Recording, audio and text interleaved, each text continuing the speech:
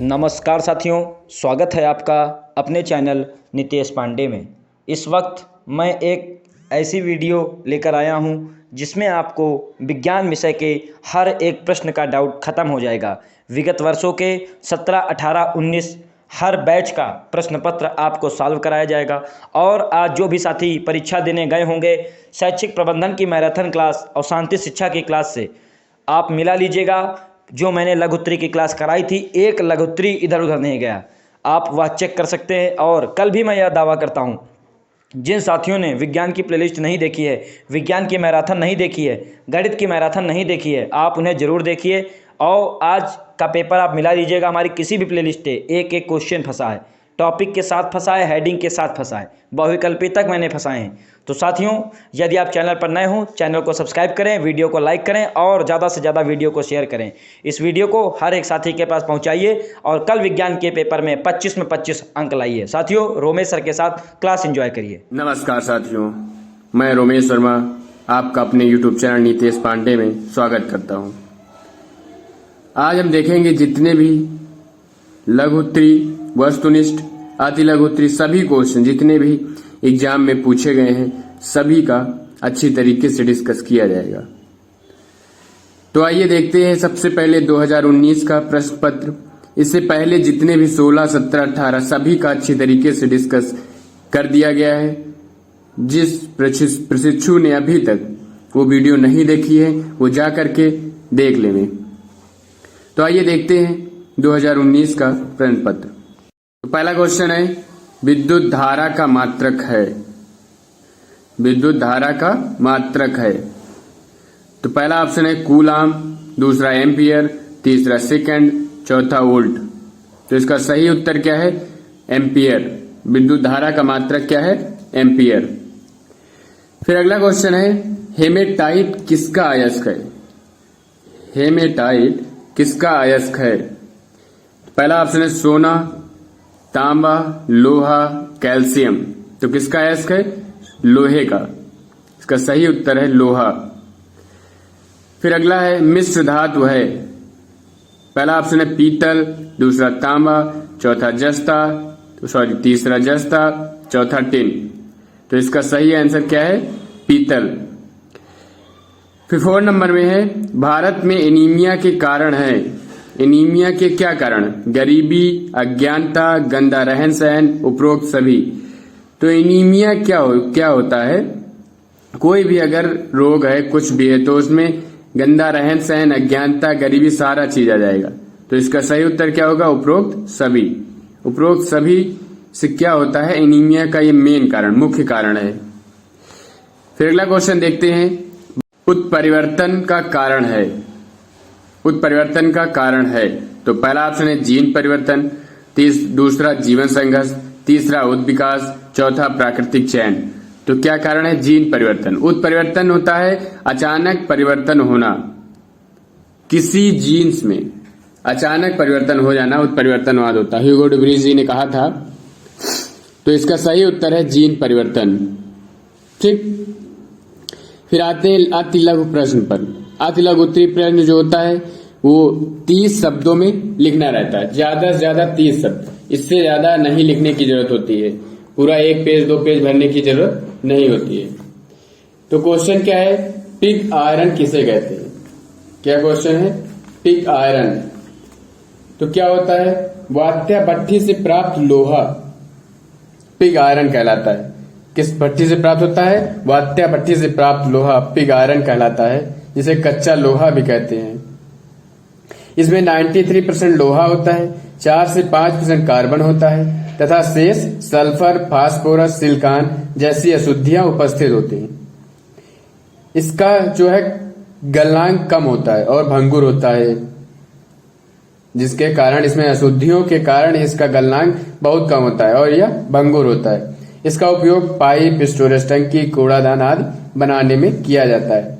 Tub है, dustbin है, कूड़ादान है, मतलब वही डस्टबिन, स्टोरेज टंकी, सारी चीजें बनाने में किया जाता है।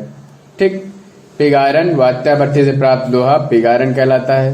इसमें 93% लोहा, 4 से 5% कार्बन, शेष सल्फर, फास्फोरस, सिलिकॉन आदि की अशुद्धियां होती है। ठीक। पाइप, स्टोरेज टंकी, कूड़ादान आदि बनाने के उपयोग में लाया जाता है। फिर अगला क्वेश्चन है, रक्त वर्ग कितने प्रकार का होता है? सॉरी, उससे पहले एक क्वेश्चन है, विद्युत धारा का ऊष्मीय प्रभाव किसे कहते हैं? विद्युत धारा का ऊष्मीय प्रभाव किसे कहते हैं? तो आइए देखते हैं विद्युत धारा का ऊष्मीय प्रभाव किसे कहते हैं। इसके प्रभाव क्या होते हैं? चुंबकीय प्रभाव, ऊष्मीय प्रभाव, रासायनिक प्रभाव, कई सारे प्रभाव दिए गए। तो पहला है चुंबकीय प्रभाव। किसी भी चालक में धारा प्रवाहित करने पर चालक के सभी तरफ चुंबकीय क्षेत्र उत्पन्न हो जाता है। इस क्रिया को विद्युत धारा का चुंबकीय प्रभाव कहते हैं। आपने पढ़ा होगा धारा मापी की कार्य प्रणाली इसी प्रक्रिया पर आधारित है। जब उसमें कोई धारा प्रवाहित की जाती है तो उसके चारों तरफ एक चुंबकीय क्षेत्र उत्पन्न हो जाता है, उसे ये क्या कहते हैं? विद्युत धारा का चुंबकीय प्रभाव कहते हैं। दूसरा क्या है? ऊष्मीय प्रभाव। विद्युत धारा के प्रवाह से किसी चालक में ऊष्मा जब पैदा होती है तब उस प्रक्रिया को क्या कहते हैं? विद्युत धारा का ऊष्मीय प्रभाव। इसमें क्या होता है? कई सारे इसके उपयोग हैं, उपयोग करके उपकरण बनाए जाते हैं। प्रेस बनाया जाता है, विद्युत अंगीठी है, पानी गर्म करने की केतली है, कमरा गर्म करने के लिए हीटर है, ब्लोअर है, टोस्टर है, बेकिंग ओवन है, बल्ब है आदि। ये सब ऊष्मीय प्रभाव के उदाहरण हैं। फिर अगला है रासायनिक प्रभाव।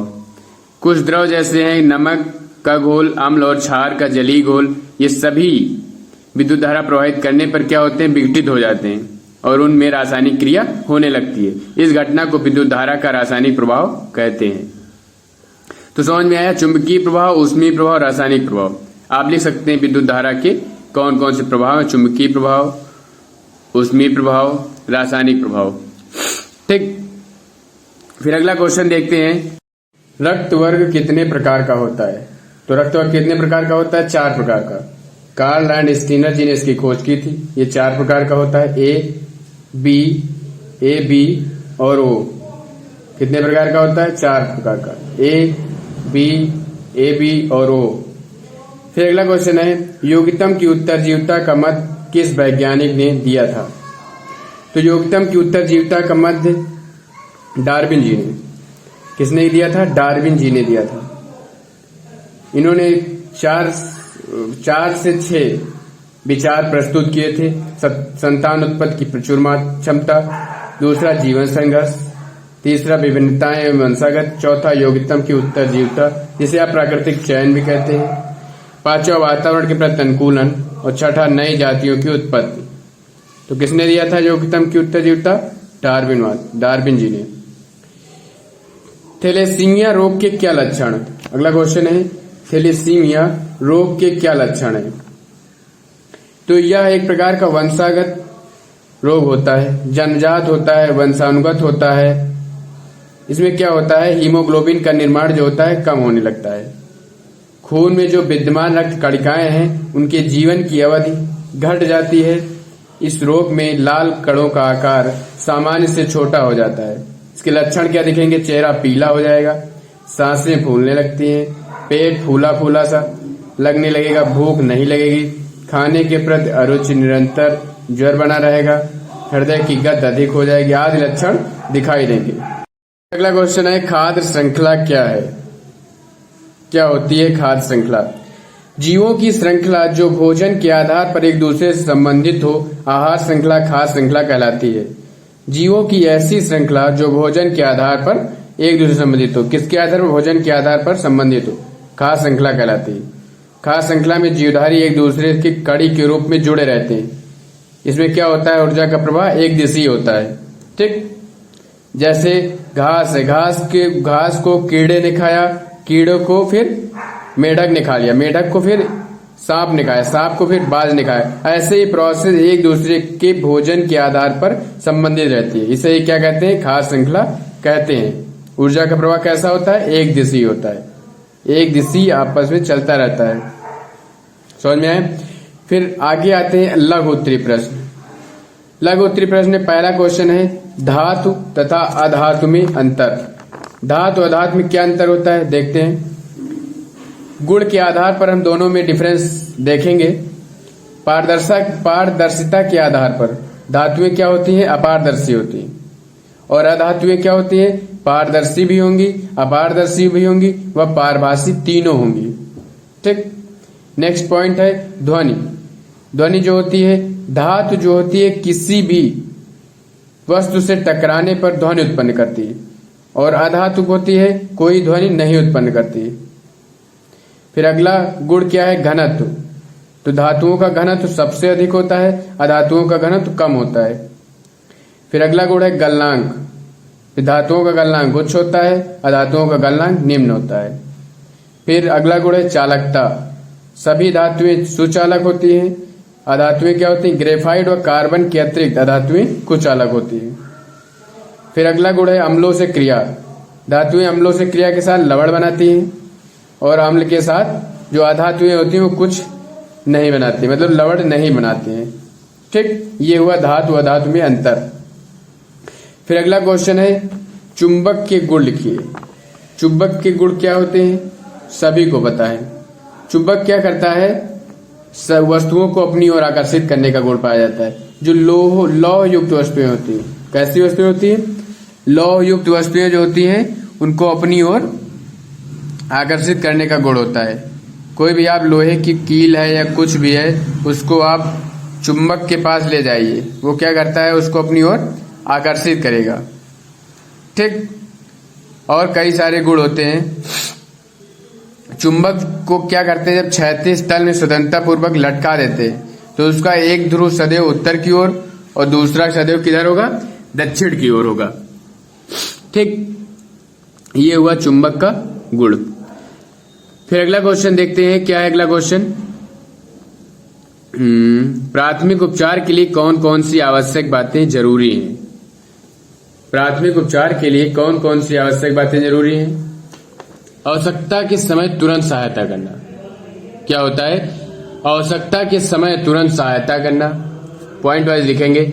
सहायता का सारा सामान एक साथ ले जाना, सावधानी से घटना स्थल का निरीक्षण करना, रोगी की दुर्घटना का कारण दूर करना, रोगी को अधिक से अधिक आराम पहुंचाना, रोगी के घाव को ढक देना, हड्डी टूटी हो तो उसे हिलाना नहीं चाहिए, हिलाएंगे नहीं हड्डियों को, रोगी की आवश्यकता अनुसार कपड़े पहनाना, जख्मों से निकला हुआ खून तुरंत बंद करना, रोगी को हो सके तो दूध पिला सकते हैं और अधिक चीनी वाला गर्म दूध पिला देना चाहिए, रोगी को अस्पताल या सुरक्षित जगह पर ले जाने का प्रबंध करना। ये आदि कई सारी आवश्यक बातें होती हैं जो प्राथमिक उपचार के समय करनी चाहिए। फिर अगला क्वेश्चन है मेंडलीव के अनुसार संक्रमण तत्व हैं। अगला क्वेश्चन क्या है? मेंडलीव के अनुसार संक्रमण तत्व हैं। चौथे, पांचवें तथा छठे आवर्त में वर्ग 8 के तत्व संक्रमण तत्व कहलाते हैं। कौन कौन से? चौथा, पांचवा और छठा आवर्त के वर्ग कौन सा? 8वें के तत्व संक्रमण तत्व कहलाते हैं। इस प्रकार मेंडलीव आवर्त सारणी में निम्नलिखित 90 संक्रमण तत्व हैं। कितने हैं? 90 संक्रमण तत्व। तो चौथे आवर्त में कौन कौन से हैं? पांचवें आवर्त में कौन कौन से हैं? छठे में कौन कौन से? देखते हैं। चौथे आवर्त में Fe जिसका परमाणु क्रमांक 26, CO 27, Ni 28। पांचवें में Ru 44, Rh 45, Pd 46। छठे में है OS 76, IR 77 और PT 78। इसको याद कर लेंगे। Fe CO Ni, Ru RH PD, OS IR PT। ठीक, ये होता है मेंडलीव के संक्रमण तत्व। फिर अगला क्वेश्चन है विद्युत बल्ब का नामांकित चित्र बनाइए। आप सभी लोग विद्युत बल्ब का नामांकित चित्र बना लेंगे, उसमें कोई प्रॉब्लम नहीं है। ठीक। फिर अगला क्वेश्चन है एड्स रोग के लक्षणों को स्पष्ट कीजिए। क्या क्या लक्षण है एड्स रोग के? देखते हैं। तो पहला लक्षण है लगातार खांसी रहना, हकलाहट आती है, तुतला तुतला कर बोलना होता है, बोलने में कठिनाई होना, असंयमित व्यवहार, रात्रि में पसीना आना, समस्त शरीर में खुजली होना, ये सारे क्या होते हैं? लक्षण होते हैं एड्स रोग के। ठीक। फिर अगला है दीर्घाकार आवर्त सारणी के दोष के बारे में बताइए। अगला क्वेश्चन क्या है? दीर्घाकार आवर्त सारणी के दोष के बारे में बताइए। कोई जरूरी नहीं कि आप 3 पेज 4 पेज लिखिए, जितना क्वेश्चन पूछ रहा उस हिसाब से आप आंसर उसका दीजिए। ये कोई जरूरी नहीं कि 4 लाइन 5 लाइन आपने आंसर दिया है तो ये नंबर इसमें नहीं दिया जाएगा। आंसर आप सटीक दीजिए, वो चाहे आप 5 ही लाइन में क्यों नहीं दीजिए। 3 से 4 लाइन बहुत है। 50 वर्डों में लघु उत्तरीय क्वेश्चन देना रहता है। तो अगर वीडियो पसंद आ रही हो तो लाइक, सब्सक्राइब और शेयर जरूर करें। आइए देखते हैं कौन कौन से दोष हैं। इसमें क्या था, हाइड्रोजन को क्षार धातु एवं हाइड्रोजन जैसे दोहरे व्यवहार के कारण दोनों एक ही वर्ग में रख दिया गया। क्या किया गया, हाइड्रोजन को क्या किया गया, क्षार धातु हाइड्रोजन दोनों प्रकार का वो व्यवहार कर रहा था तो उसे एक ही वर्ग में रख दिया गया। दूसरा क्या, क्षार धातुएं लिथियम, सोडियम, पोटेशियम और सिक्का धातुएं CuAgAu के गुण जो है अलग अलग थे, फिर भी क्या किया गया, उन्हें आवर्त सारणी में प्रथम वर्ग में रखा गया। और क्या था, समान तत्व जैसे कापर, पारा, सिल्वर, थैलियम, बेरियम, लेड, इनके गुणों में समानता थी, फिर भी इन्हें क्या किया गया, अलग अलग वर्गों में रख दिया गया। तो ऐसे कई सारे गुण हैं, कई सारे दोष हैं, कई सारे गुण हैं, वो आप लिख सकते हैं कि आवर्त सारणी में क्या क्या दोष थे, क्या क्या गुण थे। समस्थानिक का स्थान के बारे में दोष था, एक दुर्लभ मृदा तत्वों का स्थान, 14 दुर्लभ मृदा तत्व जो थे वो आवर्त सारणी में उनका कोई स्थान ही नहीं था। ठीक, मेंडलीव की आवर्त सारणी में क्या था, इसमें भी एक्टिनाइड और लैंथेनाइड तत्वों को आवर्त सारणी के बाहर रखा गया था। हाइड्रोजन की स्थिति जो अस्पष्ट थी। 8वें समूह के तत्वों को 3-3 के समूह में 3 ऊर्ध्वाधर कॉलम के रूप में रखा था। कई सारे दोष हैं जो आप लिख सकते हैं। तो अगला प्रश्न पत्र है 2020। देखते हैं इसमें कौन कौन से क्वेश्चन पूछे गए, कौन कौन से क्वेश्चन इंपॉर्टेंट दिखे जो बार बार रिपीट हुए हैं। तो देखते हैं, पहले वस्तुनिष्ठ प्रश्न। तो पहला क्वेश्चन है, तृतीय उपभोक्ता है। पहला ऑप्शन हरे पौधे, दूसरा चूहा, तीसरा सांप, चौथा बाज। तो कौन सा है तृतीय उपभोक्ता, बाज। बाज जो है वो तृतीय उपभोक्ता होता है। फिर अगला क्वेश्चन है, उपधातुएं हैं। कौन सी है उपधातु, पहला लोहा, दूसरा सोना, आर्सेनिक, ग्रेफाइट। तो कौन सी है, आर्सेनिक। आर्सेनिक एक उपधातु है। तीसरा है, उपार्जित लक्षणों की वंशागत का सिद्धांत संबंधित है। किससे संबंधित है, पहला ऑप्शन डार्विन, दूसरा जीन बैटिस्टे डी लैमार्क, तीसरा ह्यूगो डिब्रीज, चौथा इनमें से कोई नहीं। तो इसका सही उत्तर क्या है, लैमार्क। लैमार्क जी ने उपार्जित लक्षणों की वंशागत का सिद्धांत दिया था। फिर अगला है, नोबल गैस का उदाहरण है। कौन सा उदाहरण नोबल गैस का, पहला ऑप्शन हाइड्रोजन, दूसरा ऑक्सीजन, तीसरा कार्बन डाइऑक्साइड, चौथा रेडान। तो कौन सी है, रेडान। रेडान एक नोबल गैस है। अगला क्वेश्चन है, जनित्र द्वारा ऊर्जा का रूपांतरण होता है। तो सभी को पता है कि यांत्रिक ऊर्जा का विद्युत ऊर्जा में। जनित्र क्या करता है, यांत्रिक ऊर्जा को विद्युत ऊर्जा में। तो इसका सही उत्तर है सा, यांत्रिक ऊर्जा का विद्युत ऊर्जा में। ठीक, पहला फिर आ जाते हैं अति लघु प्रश्न पत्र। अति लघु उत्तरीय प्रश्न कौन सा है, पहला, एड्स किस विषाणु के द्वारा होता है। सभी लोगों को पता है, हमने बताया था। एड्स किस विषाणु के द्वारा होता है, HIV, human immuno deficiency virus. किस वायरस के द्वारा होता है, HIV वायरस के द्वारा। ठीक, फिर अगला क्वेश्चन है, प्राथमिक उपचार किसे कहते हैं। सिंपल सी परिभाषा हमने बताई थी, साधारण रूप से प्रायः आपातकालीन स्थिति में जो प्रारंभिक सहायता दी जाती है, इमरजेंसी सिचुएशन में जो प्रारंभिक सहायता दी जाती है उसे प्राथमिक सहायता कहते हैं। यह दूसरी तरीके से लिख सकते हैं, संकटकालीन स्थिति में डॉक्टर के आने तक या अस्पताल तक ले जाने से पहले तुरंत दी जाने वाली सहायता प्राथमिक सहायता कहलाती है या प्राथमिक उपचार कहलाता है। समझे है, साधारण रूप से प्रायः इमरजेंसी सिचुएशन में आपातकालीन स्थिति में जो प्रारंभिक सहायता दी जाती है उसे ही प्राथमिक उपचार कहते हैं। ठीक, फिर अगला क्वेश्चन है, अयस्क से आप क्या समझते हैं।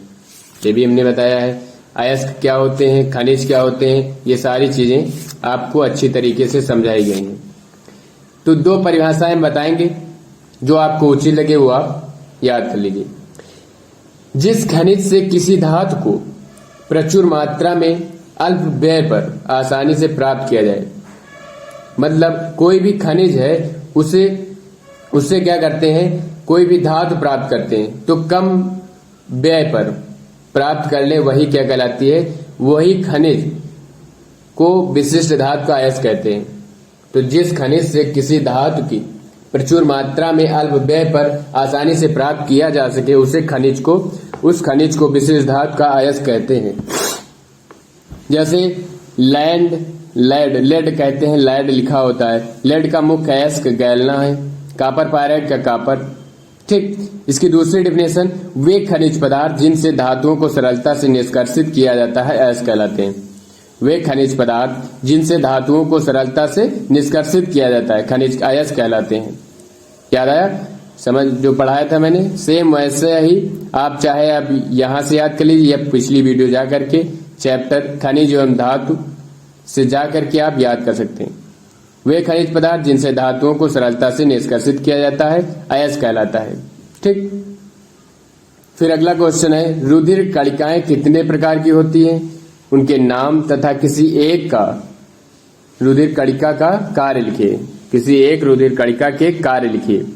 तो देखते हैं रुधिर कणिकाएं कितने प्रकार की होती। मैंने चार्ट भी बनवाया था, सारी चीजें डिस्कस की थी। तो रुधिर कणिकाएं, ब्लड कार्पोसेल्स, यह रुधिर का लगभग 40 से 45% भाग बनाती है। जो रुधिर कणिकाएं होती हैं लगभग 40 से 45% भाग बनाती हैं। ये 3 प्रकार की होती हैं, आरबीसीज, डब्ल्यूबीसीज, ब्लड प्लेटलेट्स। कितने प्रकार की होती है? 3 प्रकार की होती हैं, आरबीसीज, डब्ल्यूबीसीज, ब्लड प्लेटलेट्स। ठीक, फिर उन्होंने पूछा उनके नाम आपने बता दिया, red blood corpuscles, white blood corpuscles, blood platelets. किसी एक रुधिर कणिका का कार्य लिखना। तो किसी एक रुधिर कणिका का आप कार्य लिख सकते हैं। तो पहला आरबीसीज है, दूसरा डब्ल्यूबीसीज है, तीसरा क्या होता है? Blood platelets. तो आरबीसीज क्या होता है, थोड़ा सा उसके बारे में जान लेंगे। इसकी संख्या कितनी पुरुषों में होती है, स्त्रियों में कितनी होती है, वो सारी चीजें। पुरुषों में इसकी संख्या 55 लाख प्रति क्यूबिक एमएम और स्त्रियों में 40 से 50 लाख प्रति क्यूबिक एमएम होती है। और डब्ल्यूबीसीज क्या होती है, इसमें इसकी संख्या क्या होती है? डब्ल्यूबीसीज की पुरुषों में 5000 से 9000 प्रति क्यूबिक एमएम। ठीक, पुरुषों में इसकी संख्या क्या होती है? 5000 से 9000 क्यूबिक एमएम होती है। के कार्य देख लेंगे। इसके कार्य क्या होते हैं? उत्सर्जी पदार्थों का संवहन, मतलब शरीर की कोशिकाओं से उत्पन्न विकारों जैसे CO2, यूरिक अम्ल, यूरिया, टॉक्सिन इत्यादि को रक्त में घुलकर उन भागों तक पहुंचाया जाता है जहां से इसका निष्कासन हो सके, जैसे फेफड़े, वृक्क आदि यहां पर पहुंचाया जाता है। दूसरा कार्य क्या है? पोषक पदार्थों का संवहन। रक्त क्या करता है? आमाशय, छोटी आंत, पक्वाशय आदि स्थानों से विभिन्न प्रकार के पोषक तत्वों का अवशोषण कर प्रथम यकृत में, फिर वहां से आवश्यकता अनुसार शरीर की प्रत्येक कोशिका तक पहुंचाता है। ठीक, 1-2 कार्य आप लिखेंगे। तापक्रम नियमन है, रोगों से रक्षा है, अम्ल क्षार का संतुलन है, थक्का बनाना है, जल संतुलन है, कई सारे कार्य होते हैं। फिर अगला क्वेश्चन है, समजात अंग किसे कहते हैं? उदाहरण सही लिखिए। कौन से? अभी हमने पहले चैप्टर में बताया था समजात अंग क्या होते हैं, उदाहरण क्या, सारा चीज आप देखेंगे। ऐसे अंग जो विभिन्न कार्यों को करने के लिए बाहर से देखने में असमान, कार्य भी इनका असमान, किंतु मूल रचना और उत्पत्ति में समान होते हैं, समजात अंग कहलाते हैं। समजात मतलब जाति में समान होते हैं, मतलब जो बाहर से देखने में असमान होते हैं, कार्य में भी असमान होते हैं, किंतु रचना, जो मूल रचना होती है और उत्पत्ति होती है, उसमें समान होते हैं, समजात अंग कहलाते हैं। जैसे मनुष्य के हाथ वस्तुओं को पकड़ने के लिए, घोड़े की अगली टांगें दौड़ने के लिए, व्हेल के चप्पू पानी में तैरने के लिए व चमगादड़ के पंख उड़ने के लिए होते हैं। ठीक, सबका देखने में ऊपर से असमान दिख रहे हैं, लेकिन इनका जो चारों अंग जो होते हैं, जो उपरोक्त चारों अंग है, विभिन्न कार्य करने के कारण बाहर से तो देखने में असमान, किंतु इनकी मूल रचना और उत्पत्ति समान है।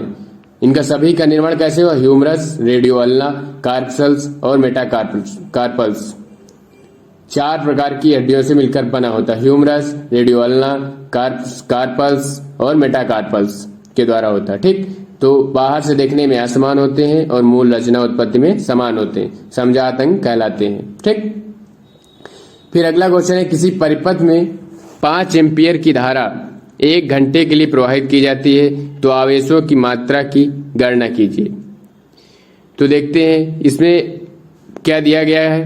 5 एम्पेयर की धारा, तो एक हमने फार्मूला बताया था I बराबर Q/T, या Q बराबर IT होता है, ठीक। और 1 घंटा, टाइम कितना दिया गया, 1 घंटा, और एम्पियर धारा I इक्वल टू कितना है, 5 एम्पियर। आप लोग कापी कलम लेकर बैठ जाइए, कर लीजिए सॉल्व।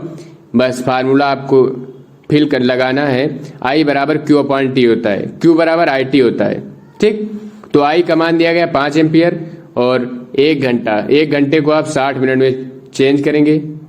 1 घंटा बराबर 60 मिनट होता है, तो इसको सेकेंड में आप चेंज करेंगे तो 3600 सेकेंड हो जाएगा। तो I 5 हो गया और T 3600, तो इसको मल्टीप्लाई करेंगे 18,000 आ जाएगा। कितना आएगा, 18,000 आ जाएगा। तो Q बराबर IT क्या आप यूज करेंगे, Q बराबर IT। T को आप सेकेंड में चेंज कर लेंगे, 1 घंटे को आप सेकेंड में चेंज करेंगे, बस I का मान 5 रख देंगे, हो जाएगा, ठीक। हमने विद्युत धारा की डिफिनेशन बताई है, उसी में आप उसी फार्मूले पर आप फिल कर देंगे, हो जाएगा एम्पियर प्रति सेकेंड। ओके, फिर अगला क्वेश्चन है लघु उत्तरी। अगला प्रश्न क्या है, लघु उत्तरी प्रश्न। तो पहला है वात्या भट्टी का सचित्र वर्णन की, जो कि आपको खुद करना है। वात्या भट्टी का सचित्र वर्णन आप कर लेंगे, ठीक। फिर अगला क्वेश्चन है डार्विनवाद को समझाइए। तो देखते हैं डार्विनवाद क्या होता है। जैव विकास के संबंध में दूसरा विचार किसका आया था, डार्विन जी का, चार्ल्स रॉबर्ट डार्विन। इन्होंने अपने विचारों को कहां पर प्रस्तुत किया था, the origin of species by natural selection. क्या नाम था, the origin of species by natural selection नामक पुस्तक में प्रकाशित किया था। इनके विचार कुछ बातों पर आधारित थे, अभी हमने बताया था। पहली थी संतान उत्पत्ति की प्रचुर क्षमता, दूसरा जीवन संघर्ष, तीसरा विभिन्नताएं एवं वंशागत, चौथा योग्यतम की उत्तरजीवता या प्राकृतिक चयन, ठीक। और चौथा हो गया, पांचवा वातावरण के प्रति अनुकूलन, छठा नई जातियों की उत्पत्ति। तो आप 6 पॉइंट याद रखेंगे। संतान उत्पत्ति की प्रचुर क्षमता, दूसरा जीवन संघर्ष। जीवन संघर्ष 3 प्रकार से बताया था, सजातीय, विजातीय, वातावरणीय, ठीक। और तीसरा विभिन्नताएं वंशागत, चौथा योग्यतम की उत्तरजीवता या प्राकृतिक चयन, पांचवा वातावरण के प्रति अनुकूलन, छठा नई जातियों की उत्पत्ति। और अच्छे से विस्तार से आपको पढ़ना है तो आप जाकर के वीडियो देखिए, वहां पर अच्छी तरीके से विस्तार से डिस्कस किया गया है, ठीक। फिर अगला है मेंडलीव की आवर्त के लाभ और उसके दोष बताइए। मेंडलीव की आवर्त सारणी के लाभ बताइए और दोष बताइए। तो पहले देखते हैं मेंडलीव आवर्त सारणी के लाभ। क्या लाभ थे, इन्होंने तत्वों के गुणों के अध्ययन में सुविधा बताई। पहला लाभ क्या था, तत्वों के गुणों के अध्ययन में सुविधा। मेंडलीव की आवर्त सारणी से तत्वों के भौतिक रासायनिक गुणों का अध्ययन सरल हो गया। चूंकि समान गुणों वाले तत्वों को एक समूह में रखा गया, अतः किसी समूह के तत्व का अध्ययन कर लेने से सभी तत्वों के गुणों के विषय में पता चल जाता है, ठीक। तत्वों के गुणों के अध्ययन में सुविधा। दूसरा पॉइंट, नए तत्वों की खोज में सहायता। मेंडलीव की आवर्त सारणी से कुछ स्थान खाली छोड़ दिए गए थे। ये खाली स्थान उन तत्वों से संबंधित थे जिनकी खोज तब तक नहीं हुई थी। इस प्रकार मेंडलीव की मूल आवर्त सारणी से नवीन तत्वों की खोज और शोध में मदद मिली, जैसे स्कैंडियम, गैलियम, जर्मेनियम। ये नए तत्व बाद में खोजे गए, इनको वहां पर फिल कर दिया गया। परमाणु भार ज्ञात करने में इनकी मेंडलीव की आवर्त सारणी में सहायता प्राप्त हुई। सही परमाणु भार ज्ञात करने में सहायता। पहले क्या था, बेरिलियम का परमाणु भार 13.5 माना जाता था, 13.5 माना जाता था। और बेरिलियम के गुण जो थे वो मेंडलीव की मूल आवर्त सारणी के दूसरे समूह के तत्वों के गुणों से समान थे। इसलिए मेंडलीव की आवर्त सारणी में बेरिलियम द्वितीय समूह में स्थित होना चाहिए था। इस दशा में Be बेरिलियम का परमाणु भार लिथियम के परमाणु भार, मतलब लिथियम का परमाणु भार 7 और बोरान के परमाणु भार 11 के बीच होना चाहिए था। इससे मेंडलीव ने यह निष्कर्ष निकाला कि बेरिलियम का परमाणु भार 13.5 नहीं बल्कि 9.4 है, ठीक। सही परमाणु भार ज्ञात करने में सहायता मिलती थी। फिर अगला था, इनकी आवर्त सारणी में 7 क्षैतिज खाने और 9 ऊर्ध्वाधर खाने हैं। क्षैतिज खानों को आवर्त और ऊर्ध्वाधर खानों को समूह कहा जाता था। फिर इनके दोष क्या थे, हाइड्रोजन के क्षार धातुओं में हैलोजन जैसे दोहरे व्यवहार के कारण क्या किया, दोनों को एक वर्गों में रखा गया। दूसरा पॉइंट क्या था, क्षार धातुएं, लिथियम, सोडियम, पोटेशियम और सिक्का धातुएं, Cu, Ag, Au के गुण सब अलग अलग थे, काफी अलग अलग थे, फिर भी उन्हें आवर्त सारणी में प्रथम वर्ग में रखा गया। तीसरा पॉइंट है समान तत्वों जैसे कॉपर, पारा, सिल्वर, थैलियम, बेरियम, लेड सभी के गुण में समानता होते हुए भी इन्हें अलग अलग वर्गों में रखा गया। तो ये मेंडलीव के गुण और दोष थे। इस सभी आपको अच्छी तरीके से डिस्कस कराए गए हैं। रिवीजन के तौर पर आज रिवीजन कराया जा रहा है। ठीक, फिर अगला क्वेश्चन है पारिस्थितिकी तंत्र में खाद्य जाल को उदाहरण देकर समझाइए। पारिस्थितिकी तंत्र में खाद्य जाल क्या होता है? अभी आपको शायद खाद्य जाल पढ़ाया गया, जस्ट इसके पहले क्वेश्चन था खाद्य श्रृंखला, अब खाद्य जाल। खाद्य जाल क्या होती है? कई श्रृंखलाएं, जब कई खाद्य श्रृंखलाएं आपस में मिलकर खाद्य जाल का निर्माण करती हैं। कई खाद्य श्रृंखलाएं मिल जाती हैं तब खाद्य जाल का निर्माण करती हैं। इसे में ऊर्जा का प्रवाह जो होता है बहुदिशीय होता है। ठीक, उदाहरण आप दे देंगे, जैसे घास है, घास को गाय खाएगी, गाय को ओल्फ, और ओल्फ को लायन खा जाता है। ठीक, फिर एक नीचे बनाएंगे, घास को बकरी खाएगी, बकरी को ओल्फ, ओल्फ को लायन। फिर घास को काऊ भी खाती है और गोट भी खाएगी। ठीक, अब गोट को ओल्फ खा जाएगी और काऊ को भी ओल्फ खा सकती है। इसी तरीके से एक तरीके का फिगर आप तैयार कर देंगे, या आप फिगर बना लेंगे, नीचे घास, हरा पौधा, उसको आप तीर के जरिए दिखाएंगे खरगोश, इधर दिखाएंगे काऊ, कुछ भी दिखा दें। फिर काऊ से आप उसको ओल्फ तक दिखाएंगे, ओल्फ इधर भी दिखाएंगे और ऊपर लायन, इधर भी लायन खाएगा, इधर भी लायन खाएगा। सारी आप ये सारा फिगर बना सकते हैं। ठीक, फिर अगला क्वेश्चन है दिए गए चित्र में ए और बी के बीच तुल्य प्रतिरोध की गणना करिए। तुल्य प्रतिरोध की गणना आप कर लेंगे। फिर अगला क्वेश्चन है WBCs एवं प्लेटलेट्स पर संक्षिप्त टिप्पणी दीजिए। तो देखते हैं WBCs क्या होती हैं। WBCs को ल्यूकोसाइट भी कहते हैं। RBCs की अपेक्षा आकार में अधिक बड़ी एवं संख्या में कम होती हैं। क्या होता है, इनकी संख्या RBCs से कम होती है। इसमें हीमोग्लोबिन नहीं पाया जाता, ये इसीलिए क्या होता है, ये रंगहीन होती है। तो क्या कहते हैं इसको, ल्यूकोसाइट। इसकी संख्या जो होती है कम होती है RBCs से, ये आकार में बड़ी होती है, इसमें हीमोग्लोबिन नहीं पाया जाता है, इसलिए ये रंगहीन होती है। पुरुषों में इसकी संख्या 5000 से 9000 क्यूबिक प्रति mm होती है। ठीक, 5000 से 9000 प्रति क्यूबिक mm होती है। ये दो प्रकार की होती हैं, कणिकामय स्वायत्त रुधिर कणिकाएं, कणिका विहीन स्वायत्त रुधिर कणिकाएं। कणिकामय स्वायत्त रुधिर कणिकाओं में क्या होता है, ये भी 3 प्रकार की होती हैं। जो कणिकामय स्वायत्त रुधिर कणिकाएं होती हैं, ग्रेनुलोसाइट जिसे कहते हैं, ये कोशिका द्रव्य में कणिकाएं पाई जाती हैं। 3 प्रकार की होती हैं, इओसिनोफिल्स, बेसोफिल्स, न्यूट्रोफिल्स। थोड़ा थोड़ा जान लेंगे इनके बारे में। इओसिनोफिल्स क्या होता है, इसे एसिडोफिल्स भी कहते हैं। WBCs का ये 2 से 4% भाग बनाती है। इसका केंद्रक 2 पिंडों में बटा होता है। ठीक, फिर अगला आता है बेसोफिल्स। ये WBCs में सबसे कम 0.5 से 2% तक। इसका केंद्रक 2 से 3 पिंडों में बटा होता है। ठीक, फिर न्यूट्रोफिल्स, ये WBCs का सबसे अधिक 60 से 70% भाग पाई जाती है। इसका केंद्रक 2 से 5 पिंडों में बटा होता है। यह हानिकारक जीवाणुओं का भक्षण करके शरीर की रक्षा करती है। तो एक बार तीनों का थोड़ा थोड़ा देख लेंगे। इओसिनोफिल्स 2 पिंडों में बटा होता है। WBCs का 2 से 4% भाग बनाती हैं। बेसोफिल्स सबसे कम 0.5 से 2% पाई जाती हैं। 2 से 3 पिंडों में बटा होता है। पहला वाला 2 पिंडों में, दूसरा वाला 2 से 3 पिंडों में, और तीसरा वाला कितने पिंडों में, 2 से 5 पिंडों में। सबसे ज्यादा न्यूट्रोफिल्स 60 से 70% भाग, सबसे कम बेसोफिल्स 0.5 से 2%, और बीच में 2 से 4% इओसिनोफिल्स। तो तीनों याद हो जाएंगी, इओसिनोफिल्स, बेसोफिल्स और न्यूट्रोफिल्स। फिर अगला है कणिका विहीन स्वायत्त रुधिर कणिकाएं। WBCs के 2 पार्ट बताए थे हमने, कणिकामय स्वायत्त रुधिर कणिकाएं और कणिका विहीन।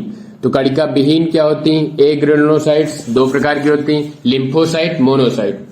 तो लिम्फोसाइट में यह आकार में सबसे छोटी होती हैं। WBCs का 20 से 30% भाग बनाती हैं। प्रतिरक्षी का निर्माण करती है, एंटीबॉडीज का निर्माण होता है यहीं पर। ठीक, मोनोसाइट क्या होती है, आकार में सबसे बड़ी होती हैं। ये WBCs का 2 से 10% भाग बनाती है। कितना, 2 से 10% भाग बनाती है।